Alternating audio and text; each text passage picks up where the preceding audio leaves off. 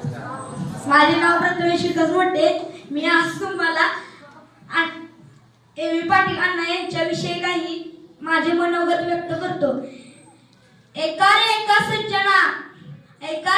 सज्जना गाऊया पोहणा खरा.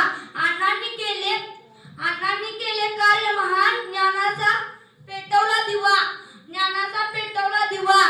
गरीब गरजू लोकांना उघडले ज्ञानाचे दार. यशवंत शिक्षण संस्थेची झाली सुरुवात. ना जात ना पात ना भेदभाव, सर्वांना मिळाले समान हक्क. शेतकरी कामगार दलित वंचित सर्वांना शिक्षणाचा झाला लाभ. अण्णांच्या त्यागी कार्याने गोरगरिबांनी घेतली उंच भरारी. विद्येच्या दीपस्तंभामुळे बदलली असंख्याची सारी दुनिया. धन्यवाद. You can get some.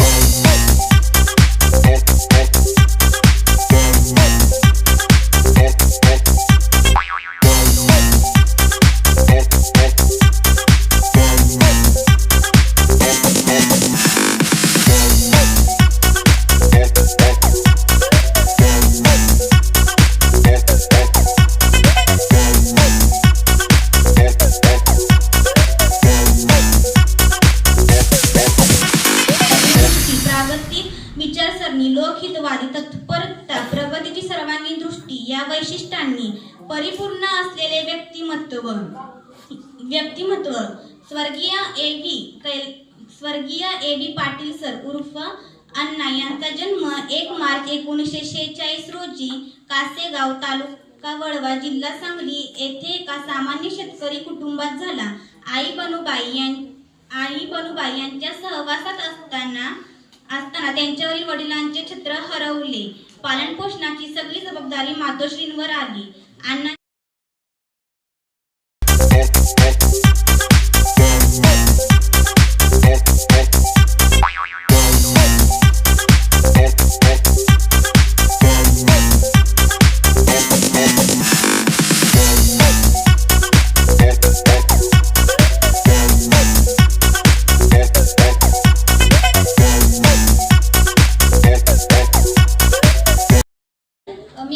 Sanjay Pawar, इयत्ता 9वी.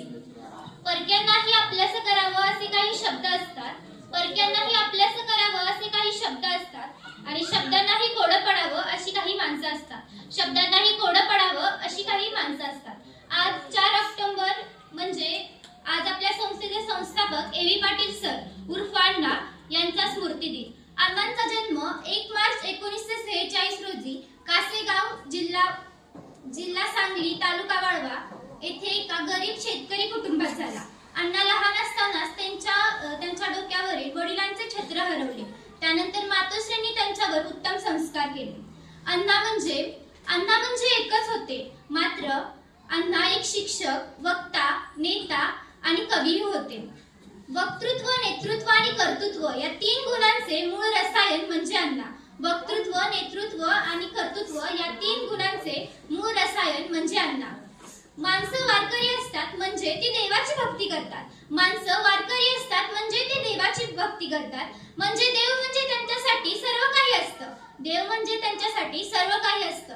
माणूस जर संसारी असेल तर तो संसारच करतो आणि संसार म्हणजे त्याच्यासाठी सर्व काही असतं. मात्र अण्णांनी समाजकार्य केलं. अण्णांचं जीवन हे समाजकार्य होतं. म्हणजे अण्णांसाठी समाजकार्य हे म्हणजे सर्व काही असंच नाही का? मात्र हे बोलायला, लिहायला, वाचायला खूप सोपं आहे हो. पण हे खरोखर अंमलात आणायला, खरोखर करून दाखवायला एका वाघाची जिद्द लागते. अण्णांनी ते करून दाखवलं. तर घासल्याशिवाय धार नाही तलवारीच्या पातीला. घासल्याशिवाय धारच नाही त्या तलवारीच्या पातीला. आणि या यशवंत संस्थेला अर्थच नाही. आणि अण्णांशिवाय अर्थच नाही या यशवंत संस्थेला. अण्णांनी 5 शाखा सुरू केल्या. वडगाव हवेली, सुरली कामती, गोटेमुंडे आणि ओगलेवाडी, सदाशिवगड अशा 4 शाखा सुरू केल्या. अण्णांनी गाई गोट्यातली शाळा सिमेंट कॉन्क्रीटमध्ये रूपांतर करायची ही काही खायची गोष्ट नाही. तुम्हाला सर्वांना माहित आहे का आधी आपली शाळा कुठे होती? माहित आहे ना, एका गाई गोट्यात जिथे छप्पर नसायचं तिथे आपली शाळा होती. मात्र हे पाहून अण्णांना खूप दुःख झाले की आपली मुले गळत्या छपराखाली राहतात. पावसात त्यांना बसायला काहीही नसतं. सारवलेल्या भुईखाली ते बसतात. आणि अशी परिस्थिती पाहून अण्णांनी एवढी मोठी इमारत आपल्यासाठी उभी केली. आज मला सांगा, आपल्या या संस्थेत काय कमी आहे? आज आपल्या संस्थेतली मुले कुठे कुठे जाऊन पोहोचली आहेत. अण्णांचा आदर्श बाळगून आपणही तसंच करायला हवं. आपण खाली नाही तर वर झळकायला हवं. अण्णांची स्मृती मनात ठेवून आपण काय काय करायला हवं हे तुम्ही आत्ताच ठरवायला हवं. अण्णांनी आपल्यासाठी खूप काही केलं आहे. अण्णांचे उपकार कधीही विसरू नका. कष्टाची बेरीज करण्यासाठी आळसाची वजाबाकी करावी लागते. अरे, कष्टाची बेरीज करण्यासाठी आळसाची वजाबाकी करावी लागते. आणि आपल्याला काहीतरी करायचं असेल तर आत्मविश्वासाचा गुणाकार करावा लागतो. हे यशाचे ब्रीदवाक्य मनात ठेवून अण्णांनी सांगितलं आहे की हे ब्रीदवाक्य कधीही विसरू नका. या ब्रीदवाक्यावर आपले आयुष्य पूर्णपणे ह्यावरच अवलंबून आहे. अण्णा असे म्हणतात की वय वाढत गेलं की प्रत्येक माणसाच्या चेहऱ्यावरील एक एक सुरतुकी वाढत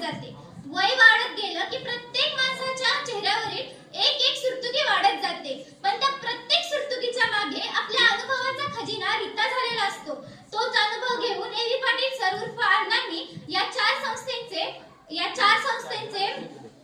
संस्था उभ्या केल्या. मी शेवटी एवढेच म्हणेन, सावली हरवली तरी शीलत्व तसेच आहे. अहो, सावली हरवली तरी शीलत्व तसेच आहे. आणि हात हरवले तरी आशीर्वाद मात्र तसेच आहे. धन्यवाद.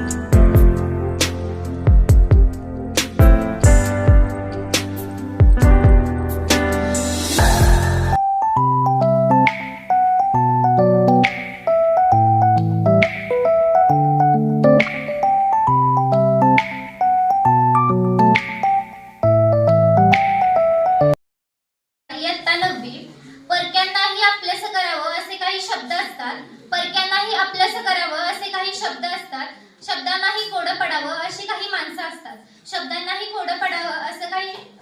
अशी काही माणसं असतात. आज 4 ऑक्टोबर म्हणजेच एव्ही पाटील सर उर्फ अण्णा यांची पुण्यतिथी. खरं तर एव्ही पाटील सर उर्फ अण्णा यांचा जन्म 1 मार्च 1946 रोजी कासेगाव, तालुका वाळवा, जिल्हा सांगली येथे एका गरीब शेतकरी कुटुंबात झाला. अण्णांनी एक ध्येय मनात ठेवले की आपण गरिबांच्या घरापर्यंत शिक्षणाची गंगा पोहोचवायची. त्यासाठीच अण्णांनी यशवंत शिक्षण संस्था ही संस्था सुरू केली. माणूस जसा वारकरी असतो तेव्हा त्यांना देवाची भक्ती करायला आवडतं, तेव्हा त्यांचं सारं काही देवच असतो. माणूस जेव्हा वारकरी असतो तेव्हा त्याचं सर्व काही देवच असतो. तसं माणूस जेव्हा संसारी असतो त्यावेळी संसारात त्याचं सर्व काही असतं. आणि अण्णांचं जीवन म्हणजे समाजकार्य आणि अण्णांसाठी समाजकार्यात सर्व काही होतं. अण्णांच्या मनात एक खंत होती की आपली मुले, तुम्हाला सर्वांना माहित आहे का आधी आपली शाळा कुठे होती? एका गाई गोठ्यांमध्ये आपली शाळा होती. ते पाहून अण्णांना खूप खंत होत होती. वरून छप्पर नव्हतं, खालून बसायला भुई नव्हती. शेणाने सारवलेल्या भुईवर आपली काही मुलं बसली होती, तर गळत्या छपराखाली आपली काही मुलं बसली होती. आणि तीच मुले आज देशात कुठे कुठे झळकतायत, माहित आहे ना? अण्णांचा आदर्श मनात घेऊनच आपणही असं काहीतरी मोठं करायला हवं. त्याशिवाय अण्णांना छान वाटणार नाही. एवढे बोलून मी माझे भाषण संपवते. धन्यवाद.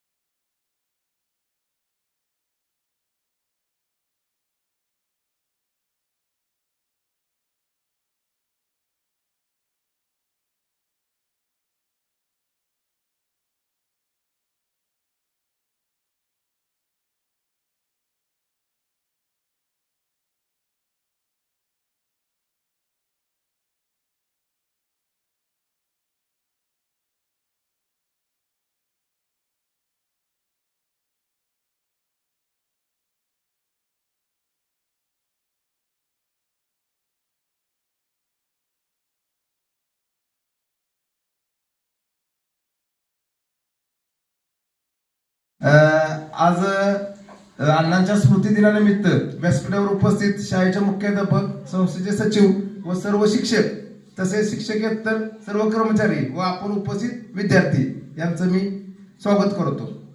तर शाहू फुले आंबेडकर यांचा इतिहास कोणी वाचला का? बघा, शाहूंनी काय केलं? प्राथमिक शिक्षण सक्तीचं केलं. फुलेंनी काय केलं? महिलांच्यासाठी शिक्षण सक्तीचं केलं. आणि आंबेडकरांनी काय केलं? उच्च शिक्षणासाठी परदेशात मुला मुलींची सोय व्हावी याच्यासाठी त्यांनीही केलं. स्वतः शिकून आले आणि त्याच्यानुसार आपण म्हणतो ना, आता अमेरिकेत गेला, फॉरेनला गेला, हे आंबेडकर त्या काळात जाऊन आलेले आहेत. तर सरांनी मगाशी सांगितल्याप्रमाणे तुम्ही जी स्पर्धा घेतली त्यात ह्याच्या अगोदर कसं असायचं बघा, महिला भांडत होत्या 50% साठी, आता 50% पेक्षा न भांडता पुढे गेल्या आणि पुरुष मंडळी मागे आली.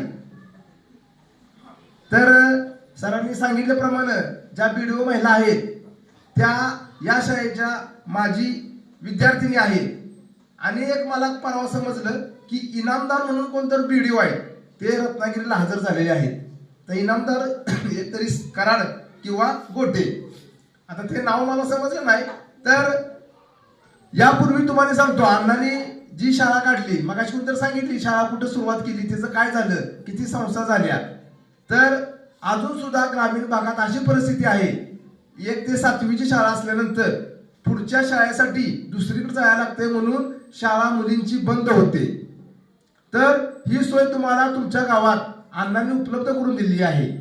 जसं कर्मवीर अण्णांनी महाराष्ट्रात शाळांचा विस्तार केला, जिथं शाळा नाही तिथं शाळा काढली, त्याचप्रमाणे आमच्या गावचे ए.व्ही. पाटील सर, कंसात अण्णा, त्यांना अण्णाच म्हणायचे, त्यांनी सुद्धा 5 संस्थांचा विस्तार करून ग्रामीण भागातील गरिबांना शाळेची संधी उपलब्ध करून दिलेली आहे. त्याच्यामुळे तुम्ही आज बऱ्याच जेवढे तुम्ही जेवढं आता पडाय ना जरी इथं शाळा नसती तर ह्यातल्या निम्म्या विद्यार्थी इथंच राहिले असते. ज्यांना श्रीमंत आहेत तेच कराडला गेले असते शिकण्यासाठी. बरोबर आहे ना?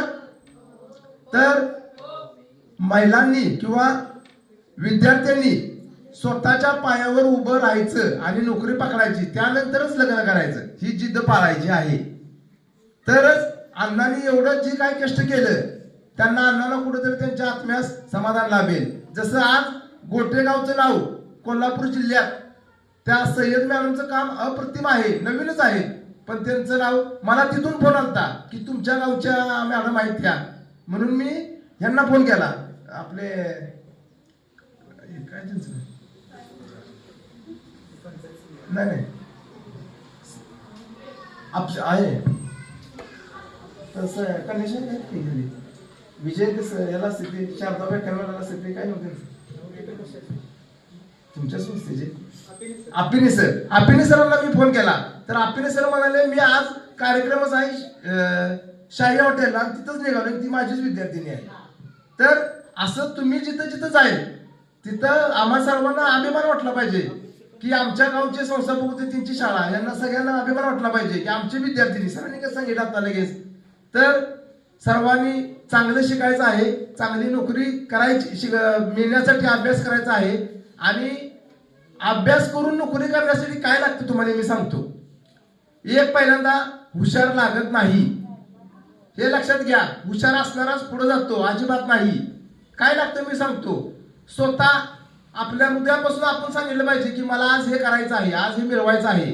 दुसरं कॉन्सन्ट्रेशन आणि तिसरं हार्ड वर्किंग. स्वतः अभ्यास केला पाहिजे. कुणी किती जरी शिकवलं सगळ्यांना शिकवतं समान, बरोबर आहे ना? मग एखादा मार्क जास्त पडते आणि एखाद्याला कमी पडते, का बरं? म्हणजे ज्याला मार्क जास्त पडतात तो स्वतः घरी अभ्यास करतो, हे लक्षात ठेवा. म्हणून स्वतः अभ्यास केल्याशिवाय या जगात काही सुद्धा प्राप्त होत नाही आणि या जगात काही अशक्य नाही. जर स्वतः ठरवलं ना तर 100% यश मिळतंच. तर तुम्हाला भावी आयुष्यासाठी सर्वांना शुभेच्छा देतो. थांबतो. जय हिंद, जय महाराष्ट्र.